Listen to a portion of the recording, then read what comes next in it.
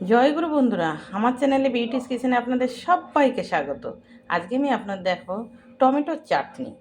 তো আমি চাটনিটা করব। দেখুন, এখানে আমি টমেটো কেটে ধুয়ে সিদ্ধ করে আমি এর কিন্তু ছোকলা ছাড়িয়েছি। দেখুন, এই যে ছোকলা, এই ছোকলা কিন্তু নেই উপরে। দেখেছেন উপরের যে গায়ের এই ছালটাকে আমি সেদ্ধ করে সব টমেটোর সেদ্ধ করে এই ছাল তুলে ফেলেছি। তো এই ছাল তুলেছি, এবার এটাকে আমি মিক্সিতে দেব। একদম পুরো মিহি করব। এটাকে চটকালে হয়, কিন্তু তবু একটু দানা দানা থেকে থাকে, শক্ত শক্ত। এটাকে আমি মিক্সিতে দিয়ে পুরো একদম মিহি করে আমি এটাকে চাটনি করব। তো আমি এবার মিক্সিতে দেব। মিক্সিতে দিয়ে এভাবে কিন্তু আপনারা মিক্সিতে করে নেবেন। সব একবারে হবে না, তো দুবার দুবার করে দেব আমি। এই যে মিক্সিতে দিয়ে এবার আমি করে দেখাচ্ছি। দেখুন, এই যে মিক্সিতে করে নিয়েছি, দেখেছেন পুরো মনে হচ্ছে তালের মতো, মনে হচ্ছে যে তালগোলা। তো এটাকে আমি ঢেলে নেব। দেখুন, টমেটোর কিন্তু মিক্সিতে সুন্দর করে একদম মিক্সি করে নিয়েছি, দেখেছেন মনে হচ্ছে পুরো তাল তাল জাল দিয়ে আমি রেখেছি, এরকম মনে হচ্ছে। এভাবে কিন্তু টমেটো সিদ্ধ করে ছোকলাটাকে ফেলে দিয়ে, টমেটোর যে উপরে যে একটা লেয়ার থাকে যে ছালটা, ওটাকে ফেলে দিতে হয়। ফেলে দেওয়ার পরে ওইটা ছিবড়া মনে হয়। তারপরে এই যে এটাকে মিক্সিতে এভাবে করে নেবেন।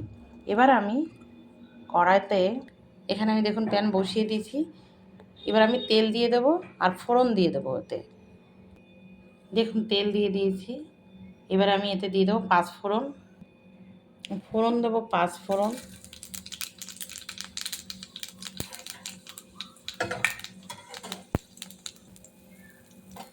দেখুন এটা হয়ে গেছে। এবার আমি দিয়ে দেবো টমেটো গ্রেভিটা।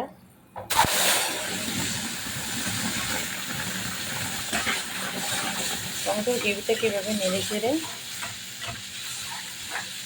আমি দিয়ে দেবো সামান্য পরিমাণে হলুদ,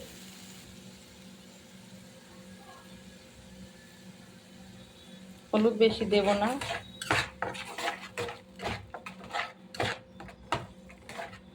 দিয়ে দেবো লবণ।